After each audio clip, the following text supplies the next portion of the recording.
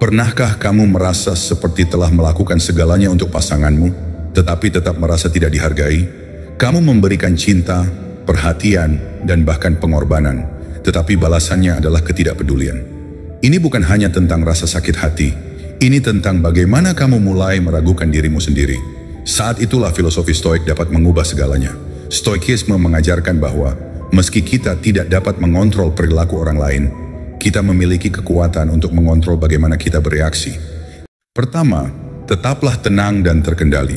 Saat hubungan saya mulai renggang, ada dorongan besar untuk meledak setiap kali saya merasa tidak dihargai.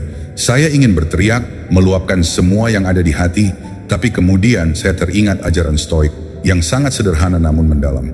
Kendalikan apa yang bisa kamu kendalikan.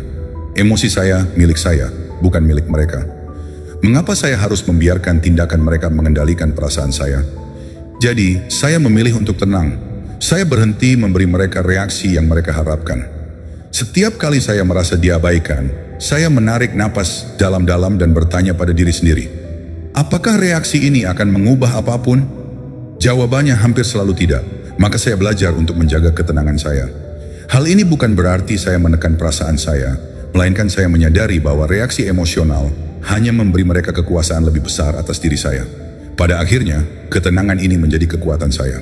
Semakin saya menunjukkan bahwa saya tidak akan terguncang oleh sikap mereka, semakin mereka mulai merasakan kehilangannya. Mereka tidak lagi bisa memprovokasi saya, tidak bisa mengendalikan suasana hati saya. Dan di saat itulah mereka mulai sadar bahwa seseorang yang mampu tetap tenang dan terkendali di tengah badai adalah seseorang yang tak ternilai. Disinilah penyesalan mulai tumbuh, saat mereka menyadari bahwa orang yang mereka anggap sepele sebenarnya jauh lebih kuat dari yang mereka bayangkan. Kedua, jangan mengejar pengakuan. Dulu saya selalu berharap pasangan saya mengakui segala usaha yang saya lakukan dalam hubungan. Saya memberi waktu, perhatian, dan cinta, tetapi jarang sekali mendengar pujian atau ungkapan terima kasih. Saya pikir mungkin saya kurang memberi atau tidak cukup baik, jadi saya terus berusaha lebih keras untuk mendapatkan pengakuannya. Hingga akhirnya saya merasa lelah dan kosong. Pada titik itu, saya menemukan filosofi Stoik yang mengajarkan bahwa mengejar pengakuan dari orang lain adalah jalan menuju kekecewaan. Stoik menekankan bahwa kita tidak harus mencari validasi eksternal, karena kebahagiaan sejati berasal dari dalam diri kita. Saya mulai menyadari bahwa usaha saya tidak harus diukur dari seberapa sering pasangan saya mengakuinya, tetapi dari niat tulus yang saya miliki ketika melakukannya. Saya berhenti mengejar pengakuan. Alih-alih berharap dipuji, saya belajar untuk menghargai diri sendiri terlebih dahulu. Saya berhenti menunggu kata terima kasih atau pengakuan atas pengorbanan saya, karena saya tahu nilai saya tidak tergantung pada pujian mereka. Ini adalah keputusan yang sangat membebaskan.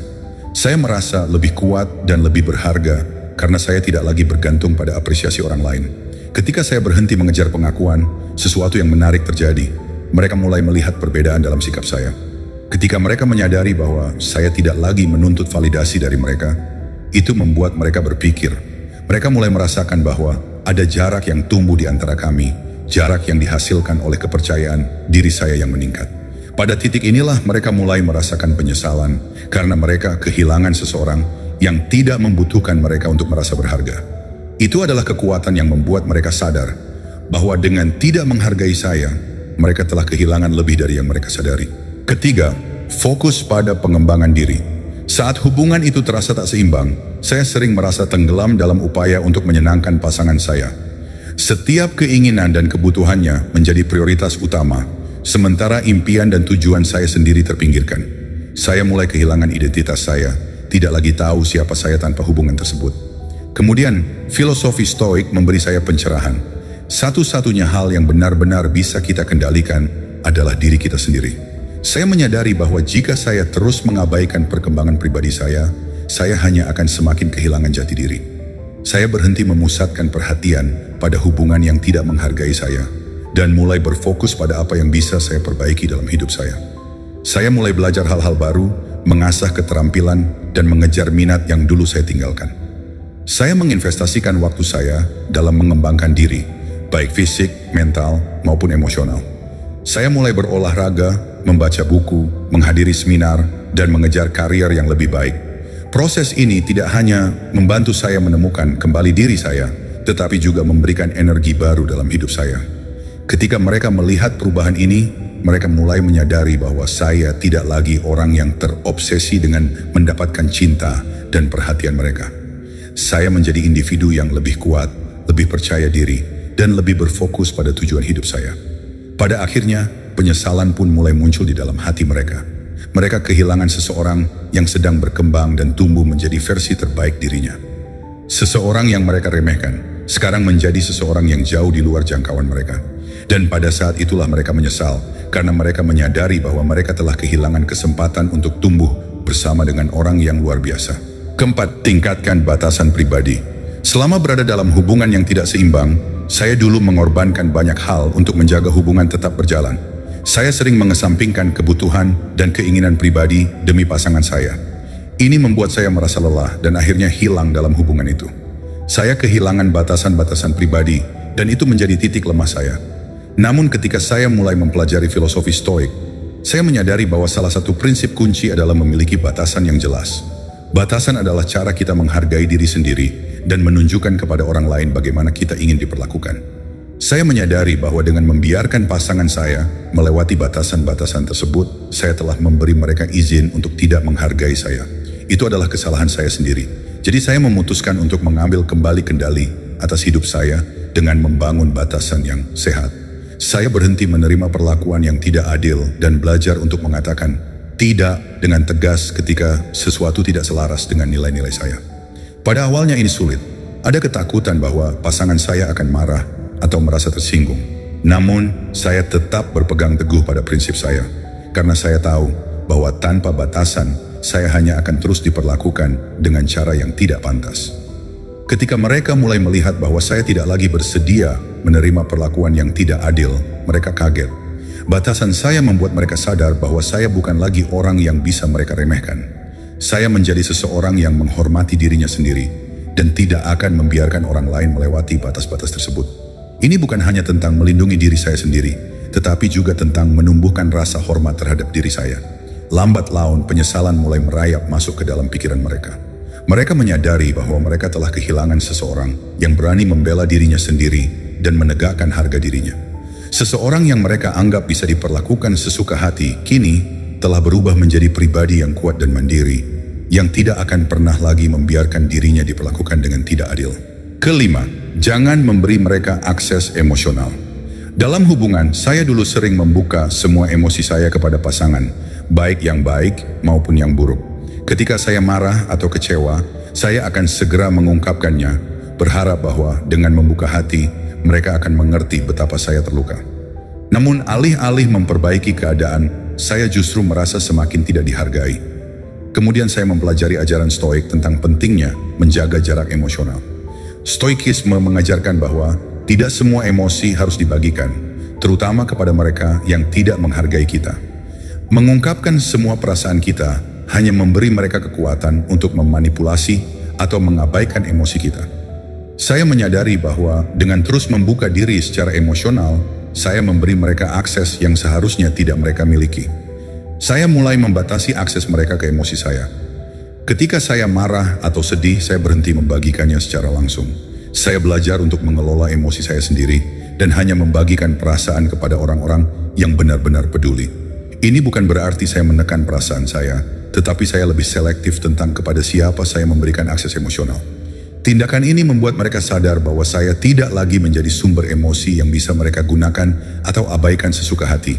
Saya menjadi lebih tenang, lebih kuat, dan lebih mampu mengontrol reaksi saya. Pada akhirnya, mereka menyadari bahwa mereka kehilangan akses ke sisi emosional saya yang dulu begitu terbuka. Mereka mulai merasakan jarak yang tak terucapkan, dan di sanalah penyesalan mulai tumbuh. Mereka menyesal telah kehilangan seseorang yang dulu begitu peduli dan terbuka, tetapi sekarang menjadi seseorang yang memilih untuk menjaga perasaannya hanya untuk orang-orang yang menghargainya. Keenam, tingkatkan kemandirian finansial dan emosional. Selama saya berada dalam hubungan yang tidak sehat, saya menyadari betapa tergantungnya saya pada pasangan, baik secara emosional maupun dalam beberapa aspek finansial. Saya sering merasa bahwa kebahagiaan saya terikat pada penerimaan dan dukungan mereka. Ketergantungan ini membuat saya terjebak dalam pola siklus kekecewaan, di mana saya terus berharap mereka akan berubah dan mulai menghargai saya lebih baik. Namun filosofi Stoik mengajarkan pentingnya kemandirian, tidak hanya secara emosional, tetapi juga finansial. Dengan kemandirian, kita tidak lagi memberi kekuasaan pada orang lain atas hidup kita. Saya mulai menyadari bahwa ketergantungan inilah yang membuat saya rentan. Jadi saya memutuskan untuk memulihkan kekuatan saya. Saya mulai dengan meningkatkan kemandirian finansial saya. Saya mencari peluang karir yang lebih baik, belajar mengelola uang dengan bijak, dan memastikan bahwa saya tidak lagi perlu bergantung pada pasangan untuk kebutuhan finansial saya. Ini bukan hanya tentang uang, tetapi tentang memiliki kontrol penuh atas hidup saya. Setiap kali saya merasa lebih kuat secara finansial, saya juga merasa lebih bebas. Di saat yang sama, saya belajar untuk menjadi lebih mandiri secara emosional. Saya berhenti mencari validasi dari pasangan saya untuk merasa berharga. Saya mulai menemukan kebahagiaan dalam hal-hal yang saya lakukan sendiri, dari hobi hingga mencapai tujuan-tujuan pribadi. Saya belajar bahwa kebahagiaan sejati tidak harus datang dari hubungan, melainkan dari dalam diri saya sendiri. Ketika pasangan saya melihat perubahan ini, mereka mulai menyadari bahwa saya tidak lagi bergantung pada mereka. Saya tidak lagi terjebak dalam lingkaran mencari persetujuan atau dukungan mereka. Penyesalan mulai muncul ketika mereka sadar bahwa saya telah berubah menjadi pribadi yang mandiri, seseorang yang tidak lagi memerlukan kehadiran mereka untuk merasa utuh. Mereka melihat saya berkembang tanpa mereka, dan itulah yang membuat mereka merasakan kehilangan yang mendalam. Ketujuh, ciptakan kehidupan yang memuaskan di luar hubungan. Dulu saya berpikir bahwa hubungan saya adalah pusat dari kebahagiaan saya. Saya memberi terlalu banyak waktu dan perhatian untuk hubungan tersebut, sehingga lupa membangun kehidupan yang memuaskan di luar itu. Saya mengabaikan teman, hobi, dan bahkan mimpi-mimpi pribadi saya karena fokus saya sepenuhnya tertuju pada pasangan. Saya tidak sadar bahwa hal ini justru membuat saya semakin terjebak dalam dinamika hubungan yang tidak sehat. Namun Stoikisme mengajarkan pentingnya keseimbangan hidup. Saya belajar bahwa kehidupan yang memuaskan tidak hanya bergantung pada satu aspek seperti hubungan romantis, tetapi juga harus mencakup berbagai elemen lain. Pertemanan, pengembangan diri, hobi, dan hal-hal yang memberi makna bagi kehidupan kita secara keseluruhan. Saat itulah saya memutuskan untuk mulai membangun kembali kehidupan saya di luar hubungan. Saya mulai merajut kembali hubungan dengan teman-teman yang dulu terlupakan, mengejar minat-minat yang dulu saya tinggalkan, dan memprioritaskan hal-hal yang memberi kebahagiaan sejati kepada diri saya sendiri. Saya mulai menghadiri acara sosial, menjelajahi tempat baru, dan menemukan kembali kesenangan dalam hal-hal kecil. Setiap langkah kecil ini membantu saya membangun kehidupan yang kaya dan penuh makna, tanpa ketergantungan pada pasangan.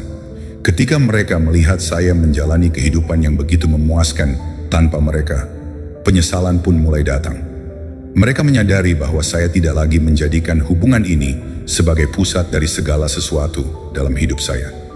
Kehidupan saya terus berjalan dengan penuh kebahagiaan, sementara mereka yang dulu merasa begitu penting, kini menjadi bagian kecil dari seluruh kehidupan saya yang luas. Penyesalan itu muncul ketika mereka sadar bahwa mereka telah kehilangan tempat dalam hidup saya yang sekarang lebih cerah dan penuh kebebasan. Kedelapan, biarkan tindakanmu berbicara lebih keras daripada kata-kata. Di masa lalu saya sering mencoba menjelaskan perasaan saya kepada pasangan, berharap kata-kata saya akan membuat mereka memahami betapa berharganya saya dan betapa sakitnya diabaikan.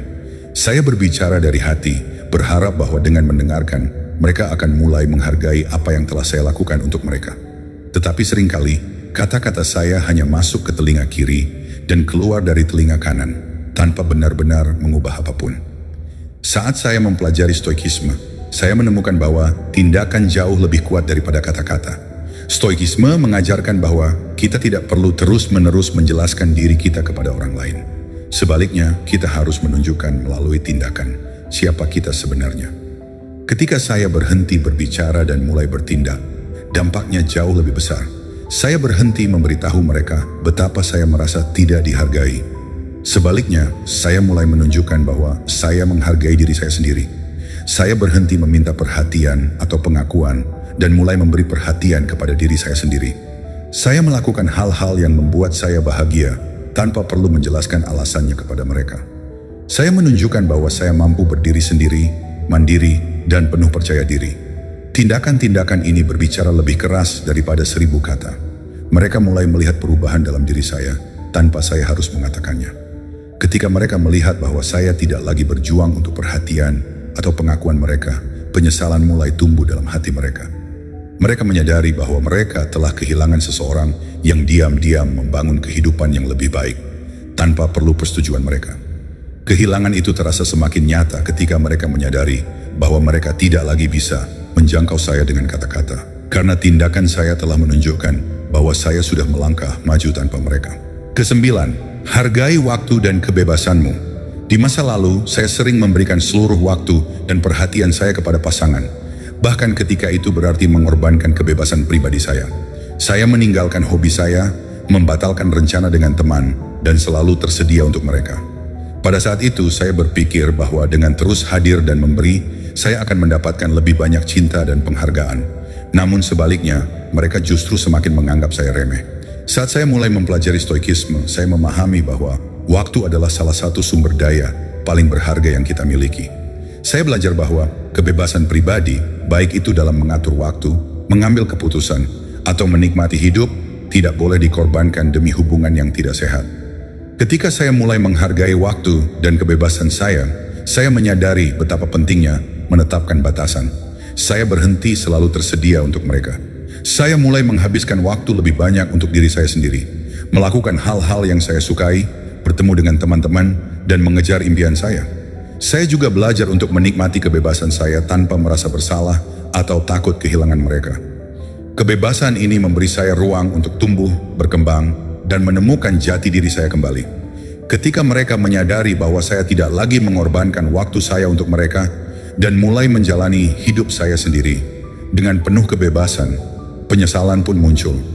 Mereka kehilangan seseorang yang dulu selalu tersedia, seseorang yang bersedia mengorbankan dirinya demi mereka. Sekarang, saya menjadi pribadi yang lebih mandiri, yang menghargai waktunya sendiri, dan mereka menyadari bahwa mereka tidak lagi menjadi pusat perhatian saya. Kehilangan ini membuat mereka sadar bahwa mereka telah menyia-nyiakan kesempatan untuk bersama seseorang yang berharga. Terakhir, jadilah sosok yang lebih baik dari kemarin.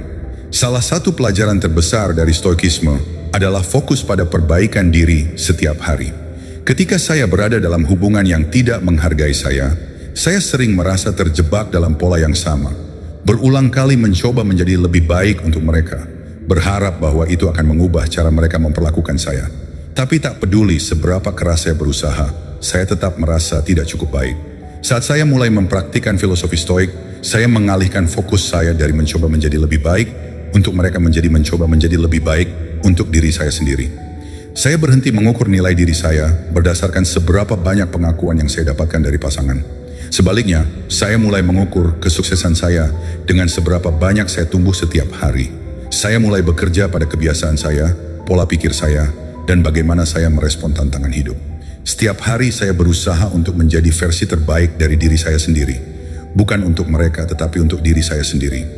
Proses ini sangat memberdayakan. Saya mulai merasa lebih percaya diri, lebih bahagia dan lebih damai.